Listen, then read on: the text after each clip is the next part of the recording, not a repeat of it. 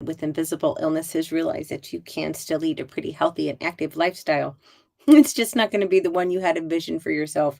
Mine sure as hell isn't anyway, but I am pretty active and I'm pretty positive person in spite of all of this ridiculousness. I did not do a video Monday because my power went out. My power went out at like 4:30 in the afternoon and it was out until 1 in the morning.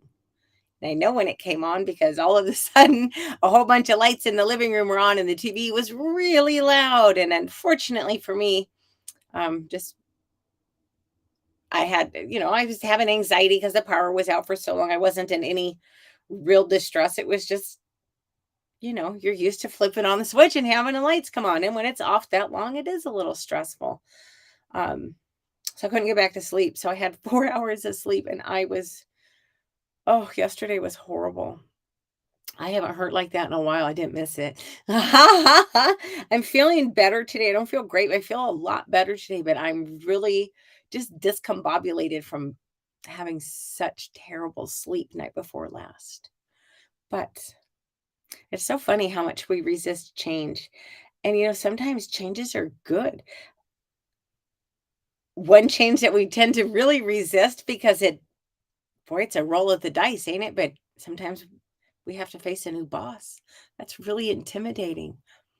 Or maybe you're taking a leap and moving in with your partner, or maybe you're taking a leap and moving away from your partner. I don't know what's going on, but we all have to face change. That's the only inevitable thing in our life is that everything's going to change. So why do we fight it so much? There's a lot of reasons for that. This information is from psychologytoday.com. One reason oh, this is going to be fun. Why we resist change. I haven't even had any booze. But we resist changing ourselves because we try to use negative emotions as a driving force to change. Let me restate that. Emotions aren't really negative. It's how we judge emotions. Emotions are very useful, even the unpleasant ones. So let me restate that. Unpleasant emotions, they're not good driving forces. On the surface, guilt, fear, shame, all those, they seem regret. They all seem like great places to start, right? But the problem with if you're changing just because of those, not because you want to better yourself, you've got to have a positive perspective to build from. You cannot you can't grow very far. You can't build very much if you're trying to build on a shaky. What the hell is Oh my gosh, this is gonna be a really long broadcast because I'm ditzy tonight. Foundation. That's the word I'm looking for. You need a solid foundation. You've got to have something positive to build from. Number 2, we fail often to make change, to embrace change because we get fallacies in our thinking. All or nothing. That's my big one. It's all or nothing. Um, when I did really kick ass when I was eating autoimmune paleo. I did really good for like the first 4 or 5 months. I mean, really good. And I remember one day I was at the end of my rope with it.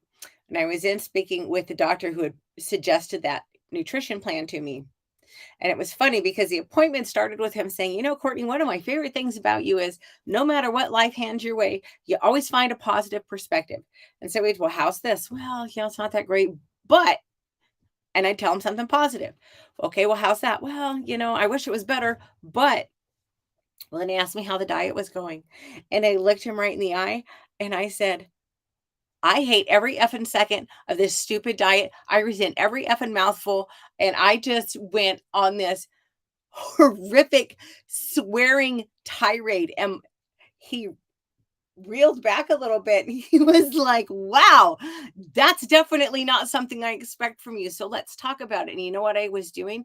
I was making myself crazy because even though I know better, even though I know it's not possible to be perfect, I was aiming so hard for perfection. Like I asked him, well, if I go out to dinner, do I need to take my own salad dressing? And he was just like, no wonder you hate this. So I actually had to stop eating like that for a while, although I really have no excuse not to be back on it now, and I should be. But It was my fallacy, is the fallacy of my thinking. I have to do this perfectly or I'm not going to do it at all. And I still am struggling with that because I'm having a hard time getting back to eating right because it's all or nothing for me. It sucks when you even know what your what your issue is, but if that's your thinking, you're pretty much destined to fail. And it sucks. So what I'm trying to do this week, I have a mentor, and I was telling him, I've got to I've got to come up with a system. I can't just keep half-assing this. So I came up with this system to improve my health, and I have all these things that I'm tracking, and I have to focus on those little changes. I have to focus on, would it be ideal if I was eating 5 to 10 cups of vegetables a day? Yes. Am I eating 5 to 10? Not even close. So, you know what? Right now, I'm happy if I eat 3 servings of vegetables a day. That's not nearly enough, but that's a doable number and that's major progress. And it's a small win. It's an easy victory for me. You've got to celebrate. You got to focus on the little changes like that.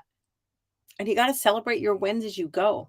If you don't celebrate the little things, the big things don't come around very often. You gotta give yourself an atta girl or an atta boy when you remember to give yourself credit for a little bit of progress. Look, every journey starts with a single step. Every child learns to walk with faltering baby steps. If you're trying to make big changes in your life, you're gonna fall on your face. You just are. But you don't need to cripple yourself with fallacies in your thinking. You also don't need to cripple yourself with intentions that are too vague. You want to stick with the nutrition thing? Okay, I'm going to eat better. Great, but what does that mean to you? To me, it means eating more vegetables, but maybe to you, it means going on a keto diet. Maybe to you, it means going vegan.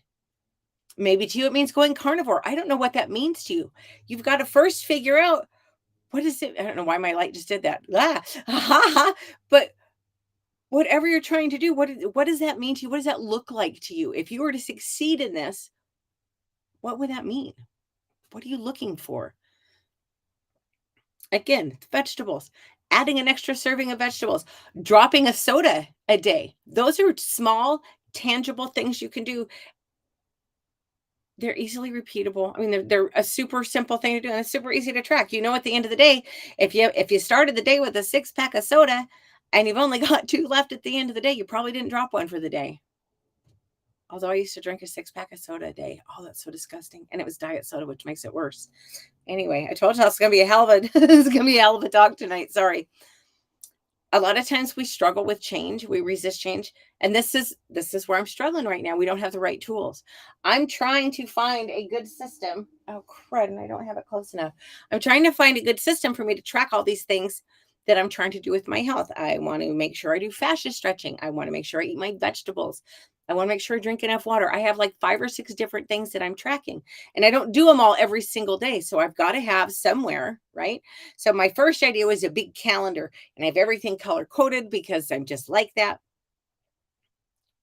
But I already don't like the calendar. It just feels too burdensome and too, I'm in the other room. I don't want to come in here to tick things off. And if I try to do it at the end of the day, I know myself. It either won't get done or I'll forget a lot of the stuff. Um, so that's not going to work. I have to find a better system for me. Um, if you're trying to eat healthier, do you even know how to read a nutrition label? Do you know what you're looking at? Do you know a lot of the most common words they use to hide sugars and fats, and are you making sure that the food that you're eating is actual food and not just a bunch of chemicals you can't pronounce? My girlfriend and I, we laugh about this all the time. I was just talking to her about it a few days ago. But when we were younger, we used to we used to take Slim Fast drinks, which was the big protein shake of the day. We didn't do it all the time, but sometimes this is so embarrassing. But we were like, well, hell, if it's healthy, right? But we knew nothing about nutrition. So we, not in the morning, of course, it was an afternoon thing, but we dumped booze in it. We defeated the purpose of a protein shake. Not that a Slim Fast is the healthiest protein shake, but so you need to have an idea of what the hell you're trying to do. So you need a basic understanding of food labels if that's your concern. You need How are you gonna track it? You're gonna get an app? I've tried food tracking apps. I don't like them. I don't like tracking at the notebook. I have to find a system that works for me. So far, I'm having a hard time because I don't have a way to track it. I don't have a solid plan for that. And if you are going to track food, what are you going to track? Are you going to track calories? Are you just going to track this is what I ate today? Because maybe you're watching for gosh damn, I'm having a hard time. This is so embarrassing. Maybe you're watching for things you have a little bit of a reaction to. You're probably not going to, I mean, if it's a mild reaction and it's only occasional, the only way you're going to find out is if you track your food. How? How are you going to do it? Anyway, I'm getting way off track. Number 5, I'm so sorry. This is so embarrassing. This is brain fog in action. That's all I can say. Number 5, another reason why we resist change. Good grief. We try to change too much all at once. Look, if you're a couch potato, the chances of you getting up and running a marathon in 6 months, honestly, are pretty slim. Is it doable? Yes. Is it likely? No. You probably need a little more than 6 months. If you're unhealthy, if you're like I used to be, and you think that frosted mini wheats, God, this is so embarrassing, but you think frosted mini wheats are health food because this was before gluten became a bad thing, right? How bad could it be? It's wheat. Well, yeah, it's wheat literally coated in sugar. But that's what I thought. It took me a long time to go from that place to a person who eats well. And I do eat well generally. I do need more vegetables though.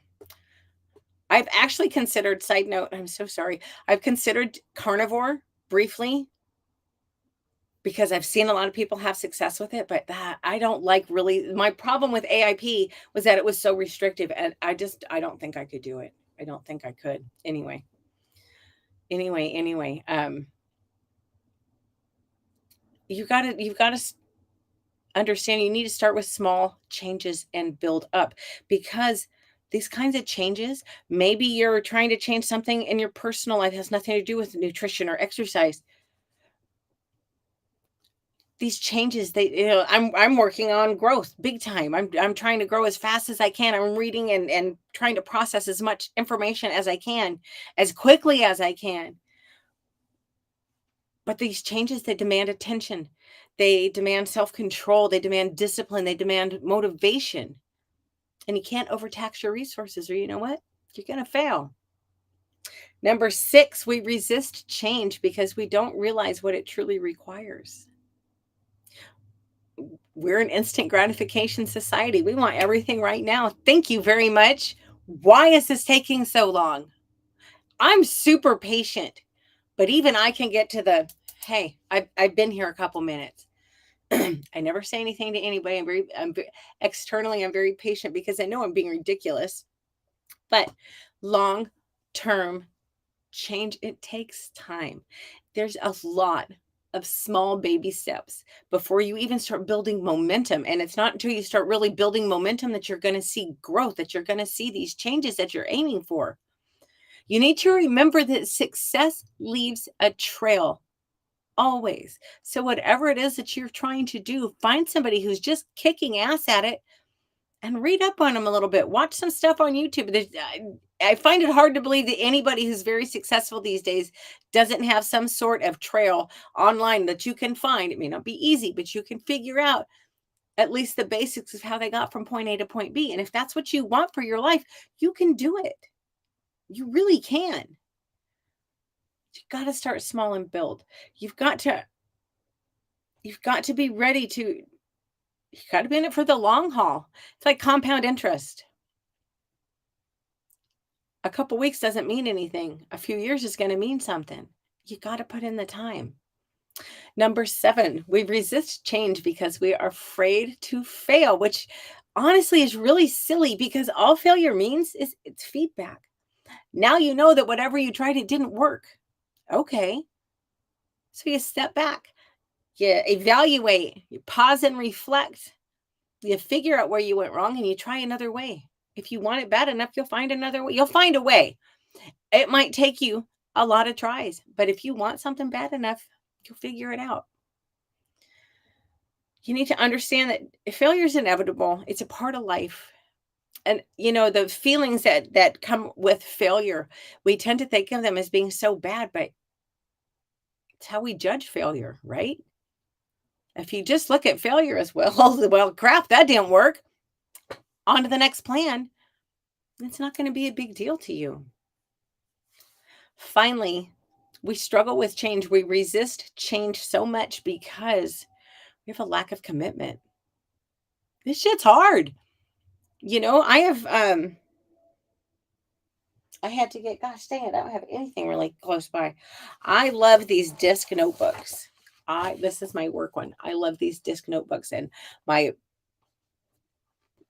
it didn't actually start out. It was started out to just be a kind of jotting notes journal, but it's turned into my personal growth journal. I had to buy 2-inch rings for it because it's just packed, and I'm only halfway through the book that I started journaling in there with. I'm on. I'm just starting chapter 8 tomorrow. Should be tomorrow. Depends how much I write tonight. Anyway, if you're not willing to put in the work, nothing's going to change. If you're not willing to make the sacrifices that change requires, hope you're happy where you're at, because that's where you're going to be in the next year. That's where you're going to probably be in 5 years if you don't learn to embrace change. Anyway, this has been very rambling, and I am super embarrassed. So I'm going to go. Can I say, y'all? It's just, this is my life sometimes. Some days are better than others, and I'm apparently ditzy as hell today. I hope y'all have a great night. Look, you have any questions? All I can tell you is I'm not an expert, but I used to have such an attitude problem, and I went into a really bad, dark, emotional place. I had all these health issues, and I had no idea how to deal with them, and I didn't have anybody as a positive influence to tell me, "Yeah, okay, you got these health issues. What the hell you gonna do about it?" Everybody I was looking to was like, "Oh my god, that's terrible. Oh my god, how are you gonna live with that?" Don't tell us that, because we have to figure out a way to live with it. I always crack up when people are like, "Oh my god, I couldn't live your life." Well, you know what? If you would have asked me before all this happened if I could have lived this life, I would have had the same answer. No, because I wasn't the person then that I am now. And I wouldn't be on this path that I'm on without these health issues. So yeah, it becomes a weird thing of, well, I'd kind of rather never have had to deal with it, of course. But then the flip side, I've learned a lot about myself and about the world, and I'm a much kinder, happier person, even though I deal with chronic pain and all kinds of crazy crap. Anyway, I'm rambling. Y'all have a great night. I will be back Friday at 5 o'clock Alaska